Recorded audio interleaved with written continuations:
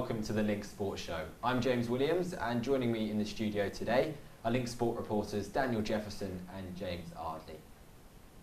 We'll start with Lincoln City, where it's been quite a busy week at Eastleigh. On Tuesday evening, the Imps beat Guiseley 2-1 in their FA Cup fourth qualifying round replay. City will now host Altrincham at Eastleigh in the first round. It's back to league action this weekend, however, and Lincoln City host Eastleigh. The Imps are 3 points ahead of Saturday's opponents, but manager Danny Cowley knows his side are in for a tough test. They've got a wealth of ability across their group, and probably on paper the strongest squad in the league. So Dan, Eastleigh will be a tough test for Lincoln City tomorrow. Yeah, as they said, they're in 8th position at the moment, and Lincoln are in and around the top 3. So, as you said, if Eastleigh win, they'll overtake them in the league. So I think Lincoln City need to just play as they can and hopefully get a good result against Eastleigh. The Eastleigh manager has been saying that he thinks he has the strongest squad. Do you agree, James? Would I agree with that statement? Probably not at the moment. Eastleigh have a very good squad. Obviously, Jamie Curitan, veteran striker. Michael Mandron, ex-Sunderland, is a front man, Scottish player. He's a decent player as well. So, yeah, but I wouldn't say that they have the better squad. Obviously, the addition of Elliot Whitehouse, Theo Robinson, Harry Anderson, who played unbelievably well against Guiseley at the weekend. But I wouldn't say that they have the better squad. He's in good form, isn't he, Harry Anderson? Harry Anderson is in great form. Obviously, he's just been loaned from Peterborough, but voted man of the match at the weekend. He's doing very well for Lincoln City. Well, midfielder Elliot Whitehouse, as James said, joined Lincoln City yesterday from Nuneaton Town after Tom Champion was recalled from his loan at Barnet earlier this week. Whitehouse is a player Imps manager Danny Cowley rates highly. Really delighted to have him on board. Massive plus for the group. Elliot brings a real energy and an enthusiasm. He's a young player. He's an ambitious boy, and you know we're delighted to have him with us.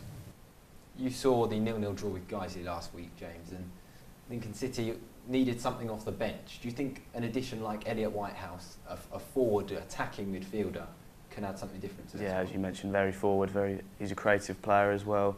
Very direct. As you were saying in the press conference earlier, he's very energetic.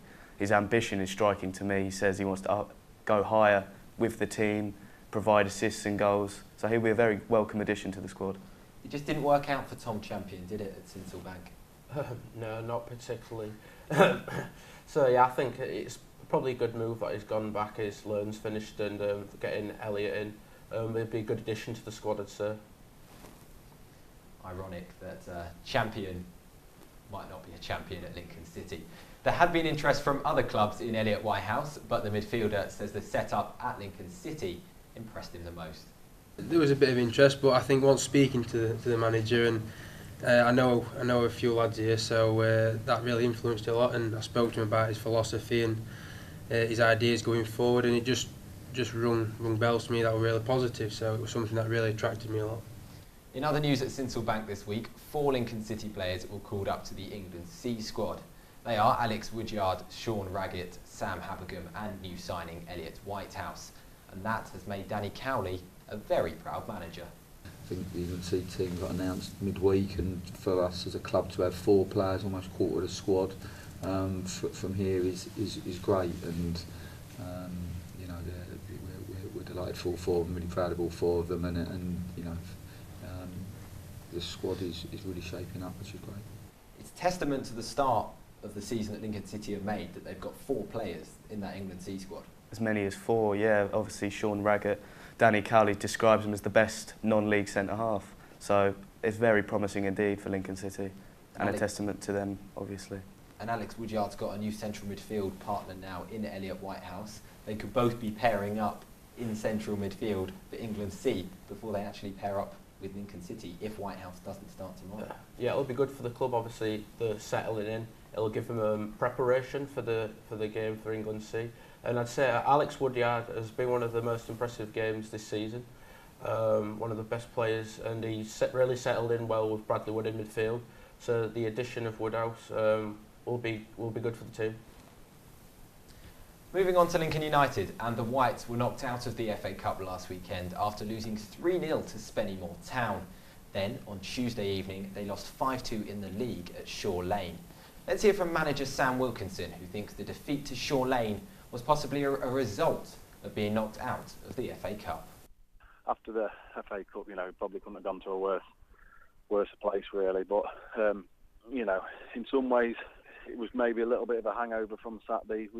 The lads didn't seem like they wasn't up for it or anything like that. They seemed in good spirits, and we just didn't perform on the night, especially first half. What do you say to your players to try and almost remotivate them after that FA Cup disappointment? We mentioned about our form. We'd lost 1 in 9 up until Tuesday. That's not bad. If we do that for the rest of the season, we're going to be somewhere near. So Saturday was a bit of a one-off, we thought. So we just said, look, keep going. It's a knockback, but we're in good form. We've just got to make sure we keep working as hard as we have done and cut out the silly mistakes, and we'll be okay. But it didn't really happen like that. We started the game really well, went 1-0 up, and then we just decided to sit off them and literally just let them play, which is not like us again. And Northwich Victoria this Saturday? Yeah, it's going to be another tough game. They're similar to us in regards to points. I think they've got a point more than us. They've played a few more games, but apparently they're in a bit of a false position, and they was one of the favourites at the start of the season. So, we need to get back to winning ways, and hopefully Saturday we can get back to, putting teams under pressure, making them defend a little bit more than what we did on Tuesday, and get in their faces and make it hard for them. And is it important to get these league points on the board now? Because obviously you are behind in games in comparison with some teams because of your cup runs. Yes, definitely. Yeah, I'd prefer to have the points on the board already, without having the games in hand. It looks like if we win the games in hand, we'll be in a good position. But, we've got to do it. We've got to make sure we do that. So you'd always prefer the points on the board. So, Dan, you were at Ashby Avenue on Saturday to see Lincoln United's defeat. It just didn't happen for them, did it? No, not really. I don't think they turned up on the day, actually. I think you could tell Spennymoor were from the division above, and didn't really help with Mauro Zaccardi's mistakes during the game, especially the second goal was a bit of a clanger, I should say. It was a bad mistake. It was a very bad mistake, yeah. Obviously he came rushing out for the second goal, completely misjudged it, and the Spennymoor player simply has to just pass it into the back of the net. Was that a case of the occasion getting to the Lincoln United players? Yeah, possibly went straight to the head, especially if you knew the game after the first round. And I just think the occasion got to them. Yeah, the occasion got to them. Yeah, and MK Dons they could have faced in the next round as well. Oh, it would have been a dream tie for Lincoln United, especially. It's a money spinner, obviously, for Spennymoor, but they deserved it based on their performance at Ashby Avenue. And then the defeat to Shaw Lane in the week, Dan. It's not a great response, is it? No, I think after 8 games unbeaten, I think they just need to ignore this week. 8 goals in 2 matches it's a bit of an embarrassment, and I think they just need to turn over a new leaf and move on to the next game, really.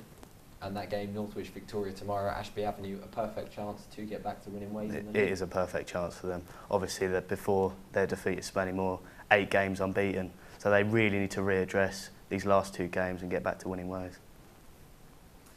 Well, that's it for today's show. We'll have to wait and see if Lincoln United can get back to winning ways. Thank you to Daniel and James for joining me.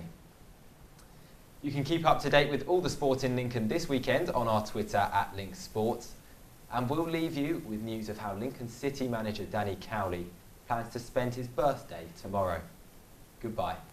Well, the plans are that we'll play Eastleigh tomorrow, so all of my thoughts will be on that game, and then I think I've got a come dine with me experience in the evening with some gentlemen that kindly donated some money to the club for our crowdfunder. So I think we've got a dinner date with 12 men.